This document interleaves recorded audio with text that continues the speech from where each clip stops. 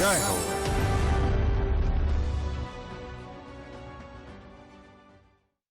నమస్కారం.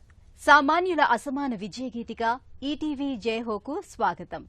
ఆ ముంబై వనిత చెట్టు పేరుతో కాయలమ్మటం లేదు, కానీ చెట్టు సంస్కృత నామం తరు పేరిట రైతుల పంట ఉత్పత్తులను లాభాలకు విక్రయిస్తూ వారికి కల్పతరువయ్యారు.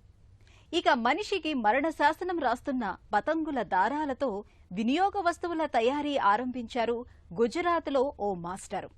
వినూత్న స్ఫూర్తి కథనాల జైహో మీకోసం. జై హో.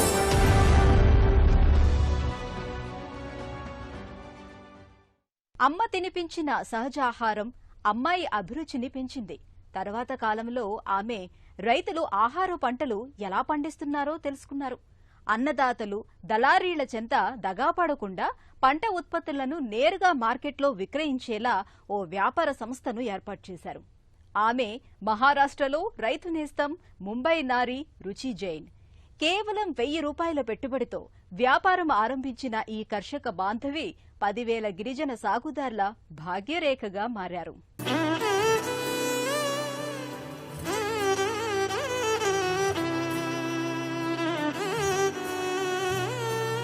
రైతుల కలలు పండాలి, గాదెలు నిండాలి, గిట్టుబాటు ధర రావాలి, దళారీల బెడద తొలగాలి, సాగుదార్లు బావుండాలి. ఇవన్నీ మహానగరంలో పెరిగిన ఓ వనిత ఆకాంక్షలు. నిజానికి సేద్యం ఆమె వృత్తి కాదు, కాని దేశంలో ఆమె చెప్పినట్లు సేద్యం చేసే రైతులు వేలల్లో ఉన్నారు. కర్షక శ్రేయాన్ని కోరుతూ వ్యాపారం ప్రారంభించిన ఈమె ముంబైలో యోగ సాధకురాలు, పర్యావరణవేత్త రుచి జైన్. సేంద్రియ ఆహారాన్ని సిఫార్సు చేసే ప్రకృతి వైద్యురాలు డాక్టర్ పూనం జైన్ కుమార్తె. పర్యావరణ శాస్త్రంలో ఎంఎస్సీ చదివి ఆపై ఆక్స్ఫర్డ్ యూనివర్సిటీలో మేనేజ్మెంట్ చేశారు. ప్రపంచ బ్యాంకు ప్రాజెక్టులో పెద్ద ఉద్యోగ ఆకర్షణ ఉంది. కానీ క్షేత్రస్థాయిలో రైతాంగ దయనీయ స్థితి చూశాక నిర్ణయం మారింది. సుస్థిర సేద్యంతో వ్యాపార రంగంలో స్థిరపడేందుకు పునాది వేసింది. तरु मतलब पेड़, it's a tree in Sanskrit. तरु एक नेटवर्क है छोटे किसानों. తరు అంటే వృక్షం. తరు సంస్థ నేతృత్వంలో 17 రాష్ట్రాలలో చిన్న రైతుల శ్రేయస్సుకు పనిచేస్తున్నాం. మా అమ్మ న్యాచురోపతి వైద్యురాలు. నేను జిడ్డు కృష్ణమూర్తి గారి స్కూల్లో చదివాను. ఇక్కడ జీవనశైలి విధానమంతా సహజం, ప్రకృతి సిద్ధం. ఈ జీవనశైలి ప్రభావం నాపై ఉంది. నేను మొదట పునరుత్పాదక ఇంధన శాఖ ఆధ్వర్యంలో ప్రపంచ బ్యాంకు ప్రాజెక్టులో పనిచేశాను. 2012-14 మధ్య గ్రామీణ విద్యుదీకరణ పథకంలో పనిచేస్తూ ఉండగా ఓ రైతుతో పరిచయం ఈమె ఉద్యోగ ప్రయాణాన్ని మలుపు తిప్పింది. మహారాష్ట్రలోని నందూర్బార్ జిల్లాలో పర్యటిస్తూ ఉండగా ఓ పండ్లు ఫలాలు విక్రయించే కర్షకుణ్ణి చూసి పలకరించారు. రోజూ 25 కిలోమీటర్లు నడిచి కారు చవకగా సీతాఫలాలు విక్రయిస్తారని తెలిసి కదిలిపోయారు. వారి దయనీయ స్థితి చూశాక నిద్రపోలేదు. ఆ ఆలోచనలు నిలువనివ్వలేదు. సన్నకారు రైతుల సమగ్ర అభివృద్ధికి ఏదైనా చెయ్యాలనుకున్నారు. చేస్తున్న ఉద్యోగానికి విరమణ ప్రకటించి కొత్త బాటన సాగారు. ఈ క్రమంలో బిందు సూక్ష్మ సేద్యానికి ఆదర్శంగా భావించే ఇజ్రాయెల్ దేశ సందర్శన మరింత ప్రేరణనిచ్చింది. సేద్య రంగమంటే ఎన్నో అవకాశాలున్న వినూత్న రంగమని గ్రహించారు. तरु नेचुरल्स मेरा 5th बिजनेस आइडिया था, क्योंकि पहले मैं रिन्यूएबल एनर्जी में काम करती थी. తరు నేచురల్స్ నా 5వ వ్యాపార అన్వేషణ ఆలోచన. మొదట నేను పునరుత్పాదక ఇంధన రంగంలో పనిచేశాను. అప్పట్లో నాది వంటింటి పొయ్యిలు విక్రయించే బిజినెస్. సంకల్పముంటే ఏ వ్యాపారమైనా చెయ్యవచ్చు. సేంద్రియ సేద్యంలో మాకు ఆర్ట్ ఆఫ్ లివింగ్ ఆవిష్కర్త పండిట్ రవిశంకర్ స్ఫూర్తి. అక్కడ సేంద్రియ సేద్యంలో శిక్షణ పొందాం. గురువు డాక్టర్ ప్రభాకర్ రావు స్వదేశీ విత్తనాల తయారీలో శిక్షణ ఇచ్చారు. సేంద్రియ సేద్యాన్ని సాగుదారులకు ఎలా నేర్పాలో ఆయన చెప్పారు. तो ये कोर्सेज के प्रचार में हम लोग टीचिंग करते थे. బెల్లం తయారీ రైతులు ఉత్పత్తి విక్రయానికి అష్టకష్టాలు పడడం చూసి వారిని ఆదుకోవాలని రుచి జైన్ నిర్ణయించారు. తొలి వ్యాపార ప్రయత్నంగా కేవలం 1000 రూపాయల పెట్టుబడి పెట్టారు. అనేక ప్రయోగాల తర్వాత 2016లో తరు నేచురల్స్ ఆవిర్భవించింది. చిన్న చిన్న బెల్లం పొట్లాలను స్నేహితులకు, దుకాణాలకు, రెస్టారెంట్లకు విక్రయించారు. నోటి మాటల ప్రచారంతో త్వరగా ప్రాచుర్యం లభించింది. ఆ ఆదరణతో ఆమె పప్పులు, చిరుధాన్యాలు, గోధుమ పిండి, బియ్యం, కూరగాయలు, చాక్లెట్లను సంతలలో అమ్మారు. ఎట్టకేలకు సహజ ఆహారోత్పత్తులు పెద్ద పెద్ద రెస్టారెంట్లకు చేరాయి. हमारा पहले ब्लैक राइस जाता था एक रेस्टोरेंट में और तभी जैसे मैं बोल रही हूँ कि हमने शुरुआत ही बल्क से की है कि పాఠశాలలో ఉండగా పర్యావరణ ఉపాధ్యాయుని సుధా ప్రేమ్నాథ్ నన్ను ప్రభావితం చేశారు. ఆమె మాకు ప్రాజెక్టు ఇచ్చారు. గిరిజనుల కోసం ఏర్పాటైన Kaigal forest trust for tribals కోసం శుద్ధితో తేనె తయారు చేశాం. 12వ తరగతిలో గిరిజనుల దగ్గరకు వెళ్లి అటవీ ఉత్పత్తులపై మాట్లాడేదాన్ని. తలస్నానానికి రోజు షాంపూ వాడతాం. ఇందుకు బదులుగా షికాకాయని ఉపయోగిస్తే గిరిజనులకు ఆదాయాన్నిస్తుంది. చిన్న వయసులోనే ఇలాంటివన్నీ నేర్చుకోవటం నా అదృష్టం. తరు సంస్థ గిరిజన రైతు సాధికారతకు కృషి చేస్తున్న అన్లిమిటెడ్ ఇండియాతో కలిసి నడిచింది. ఈ సంస్థ సహకారంతో తరు మహారాష్ట్ర, కర్ణాటక, అసోం, కేరళ, ఉత్తరాఖండ్ రాష్ట్రాల్లో పసుపు, బెల్లం, బియ్యం, ఇతర ఉత్పత్తులు సేకరిస్తోంది.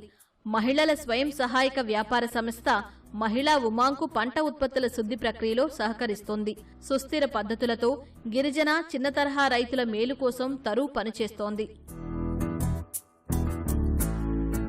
अगर एक क्रॉप का फेलियर हो गया ఒక పంట పంటని పక్షంలో రెండో పంట నుంచి ఆదాయం వస్తుంది.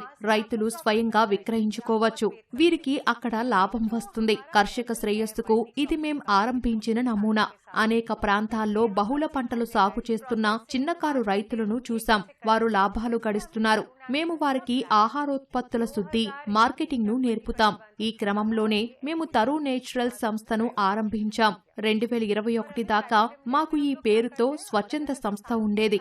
ఇప్పుడు మేము ఈ సంస్థను ప్రైవేట్ లిమిటెడ్ వ్యాపార సంస్థగా మార్చాం. రుచి జైన్ ఉమ్మడి కుటుంబం నుంచి వచ్చారు.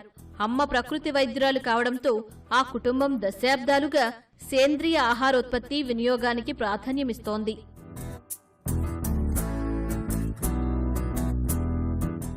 सालों से मैं प्राकृतिक चिकित्सक हूँ.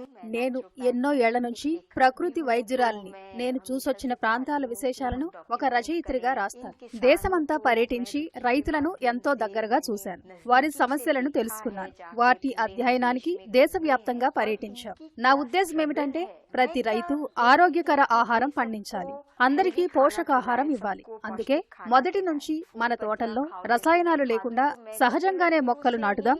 ఆ ఫలసాయాన్నే తిందాం. प्राकृतिक तरीके से अपने बगीचों में लगाती हूँ और हम वही खाते हैं. తరుతో రుచి జైన్ పయనం పర్యావరణ హితం, నిబద్ధత, వ్యవస్థాపక స్ఫూర్తి సమాహారం. ఈ సంస్థ ఆన్లైన్ ద్వారా నేడు 300 సేంద్రియ ఉత్పత్తులను విక్రయిస్తున్నారు.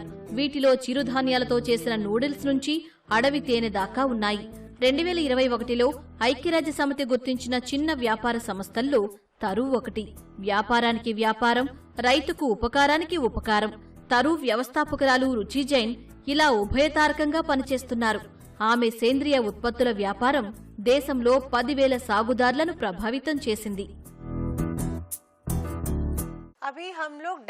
ప్రస్తుతం మేము 500 కర్షకులకు ప్రాతినిధ్యం వహించే అనేక రైతు సంఘాల నుంచి నేరుగా కొనుగోలు చేస్తున్నాం. సంఘం నాయకుడి నుంచి నేరుగా కొంటున్నాం. మా నెట్వర్క్ పరిధిలో 17 రాష్ట్రాలలో 10,000 రైతులున్నారు.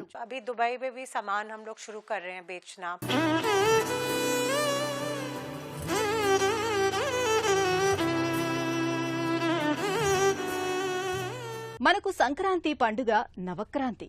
సూర్యుడు ఉత్తరాయణంలోకి ప్రవేశించే ఈ పండుగను గుజరాత్లో ఉత్తరాయణ్గా పిలుస్తారు. పతంగుల సంబరాలు అంబరాన్ని తాకుతాయి. కానీ ఈ గాలిపటాల దారాలే మనుషులకు, పక్షులకు మరణ శాసనం రాస్తున్నాయి. టన్నుల కొద్దీ వ్యర్థాలుగా మిగులుతున్న ఈ దారాలతో వస్తువులు తయారు చేస్తూ అర్థవంత పరిష్కారం చూపారు గుజరాత్లో హష్ముఖ్ పటేల్ మాస్టరు.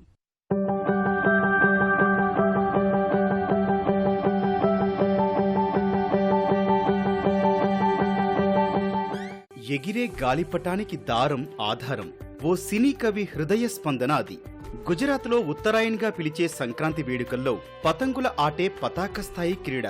దురదృష్టవశాత్తు ఆనందాన్నిచ్చే ఆ వేడుకలే విషాదానికి కారణమవుతున్నాయి. పతంగి దారాల వ్యర్థాలు మనుషులు, పక్షులకు ప్రాణాంతకంగా తయారయ్యాయి. గాంధీనగర్ జిల్లా అహ్మద్పుర ప్రైమరీ స్కూల్ ప్రధానోపాధ్యాయులు హష్ముఖ్ పటేల్ ఈ సమస్యకు ఓ చక్కని పరిష్కారం కనిపెట్టారు. मकर संक्रांति त्योहार ये पूरे गुजरात में मनाया जाता है. పేర్లు వేరైనా దేశమంతా సంక్రాంతి పండుగ ఒక్కటే. గుజరాత్ లో నిర్వహించే వేడుకల్లో పిల్లలు, పెద్దలు, యువకులంతా పతంగులు ఎగరవేస్తారు. పండుగ ముగిశాక రోడ్లన్నీ వాళ్లు పారవేసిన చెత్తతో నిండిపోతాయి. చెట్లపై దారాలు వేలాడుతుంటాయి. 10 ఏళ్ల క్రితం ఈ స్వచ్ఛ ఉద్యమం ఆరంభించినప్పుడు ఒకటే అనిపించింది, ఈ చెత్తను ఇలాగే ఉంచితే స్వచ్ఛ భారత్ అభియాన్ విజయవంతం కాదని భావించాం. సేకరించిన పతంగుల చెత్తను కుప్పలుగా పోసి తగలబెట్టాం. तो बड़ा सा डग हो गया स्कूल में और हमने ये डग को जला दिया. ఉత్తరాయణ్ పండుగ మర్నాడు 250 మంది విద్యార్థుల బృందంతో ఆ దారాల ఏరివేత కార్యక్రమం చేపట్టారు. ఆ వ్యర్థాలను తలగడలు, సీటు కుషన్ల తయారీలో ఉపయోగిస్తున్నారు. పాఠశాల విద్యార్థులు వేర్వేరు ప్రాంతాల నుంచి పతంగి వ్యర్థాలను సేకరించి తెచ్చేవాళ్లు. రోడ్లు, కరెంటు స్తంభాలు, కంచెలు ఎక్కడ దొరికినా తెచ్చారు. అలా 60 నుంచి 80 కిలోగ్రాముల ప్రమాదకర వ్యర్థాలను బడికి తీసుకొచ్చేవారు. అలాంటి వ్యర్థాలకు పేరెంట్స్, అధ్యాపకులు కిలోగ్రాముకి 20 రూపాయల వంతున చెల్లించారు. వాటిని తలగడలు, చిన్నపాటి కుషన్ల తయారీ కోసం దర్జీకి ఇస్తున్నారు. ఆ కుషన్లను పాఠశాలల్లో, పంచాయతీ కార్యాలయాల్లో ఉపయోగిస్తున్నారు.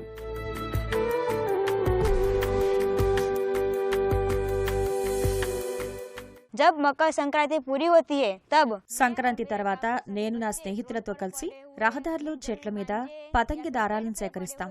వాటిని కాల్చడం వల్ల కాలుష్యమే మిగులుతుంది. అందుకు బదులుగా వాటిని వస్తువుల తయారీకి ఉపయోగిస్తున్నాం. पशु या फिर पक्षी हो उसे भी हानि हो सकती है. గాజుపొడి అద్దిన దారాలు పదునుగా ఉంటాయి. ఉత్తరాయణ్ పండుగ తర్వాత ఆ దారాలు గాల్లో తేలుతూ ద్విచక్ర వాహనదారులకు, పక్షులకు ప్రమాదకరంగా మారాయి. హష్ముఖ్ పటేల్ ఈ వివాదాలను చూశాక పతంగి వ్యర్థాలకు ఓ పరిష్కారం చూపాలని నిశ్చయించారు. ఆ దారాలను సేకరించి తెచ్చిన విద్యార్థి బృందాలకు బహుమతులు ప్రకటించారు. ఈ ప్రోత్సాహంతో ఆయన అంచనాకు మించిన స్పందన వచ్చింది.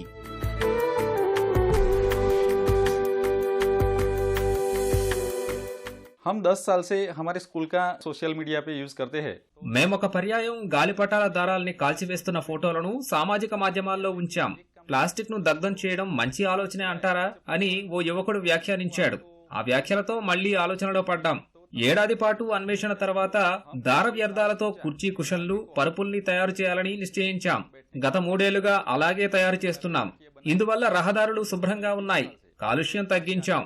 మనుషులు, జంతువులు, పక్షులకు ప్రాణరక్షణ లభించింది. पक्षियों का बचाव होता है. पूरा गांव 2 दिन में स्वच्छ हो जाता है. హష్ముఖ్ పటేల్ చొరవ, కృషితో గాలిపతంగి వ్యర్థాలు గణనీయంగా తగ్గిపోయాయి. కానీ మరో సమస్య వచ్చి పడింది. సేకరించి పోగు చేసిన ఈ వ్యర్థాలను ఏం చెయ్యాలి? మొదట దారాలను తగులబెట్టేవారు. పర్యావరణ సమస్యలొచ్చాయి. గ్రామస్తులు ఓ ఏడాది అభ్యంతరం చెప్పారు. మరుసటి ఏడాది కూడా విద్యార్థులు సేకరించిన వ్యర్థాలతో ఆయన ప్రయోగాలు చేశారు. సత్ఫలితాలొచ్చాయి.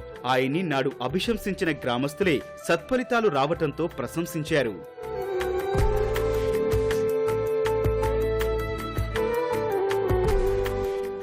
अहमदपुरा गांव में रहती. మా పాఠశాలలో పర్యావరణ ప్రచారానికి సహకరించడం నాకు గర్వకారణం.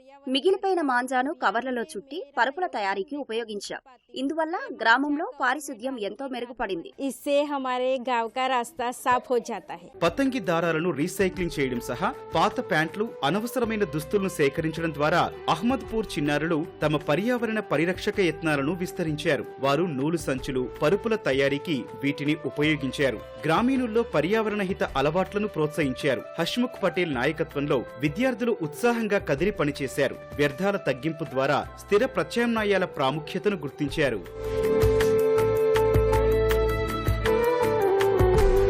हमारे सर हसमुख भाई पटेल की प्रेरणा से बहुत ही अच्छा कार्य किया है. హష్ముఖ్ భాయ్ స్ఫూర్తితో పండుగ తర్వాత వ్యర్థాల సేకరణలో మేము పాల్గొన్నాం. ప్రిన్సిపాల్ హష్ముఖ్ భాయ్ స్ఫూర్తితో మేము పాల్గొన్నాం.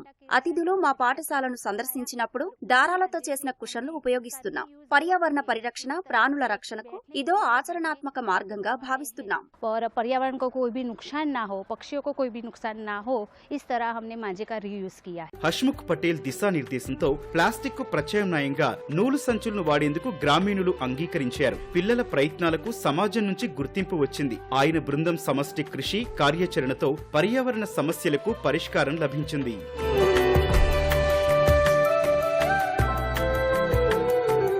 మహారాష్ట్రలో సేంద్రియ సేద్యంలో రైతులను ప్రోత్సహించి వారికి కల్పతరువుగా మారిన రుచి జైన్, గుజరాత్లో గుట్టలుగా మారిన పతంగి దారాల వ్యర్థాల నిరోధానికి చక్కని పరిష్కారం చూపిన అధ్యాపకుడు హష్ముఖ్ పటేల్ నిండు స్ఫూర్తిదాతలు, విజయగీతికలు. మరిన్ని కథనాలతో వచ్చే వారం జైహోలో మళ్లీ కలుద్దాం. నమస్కారం.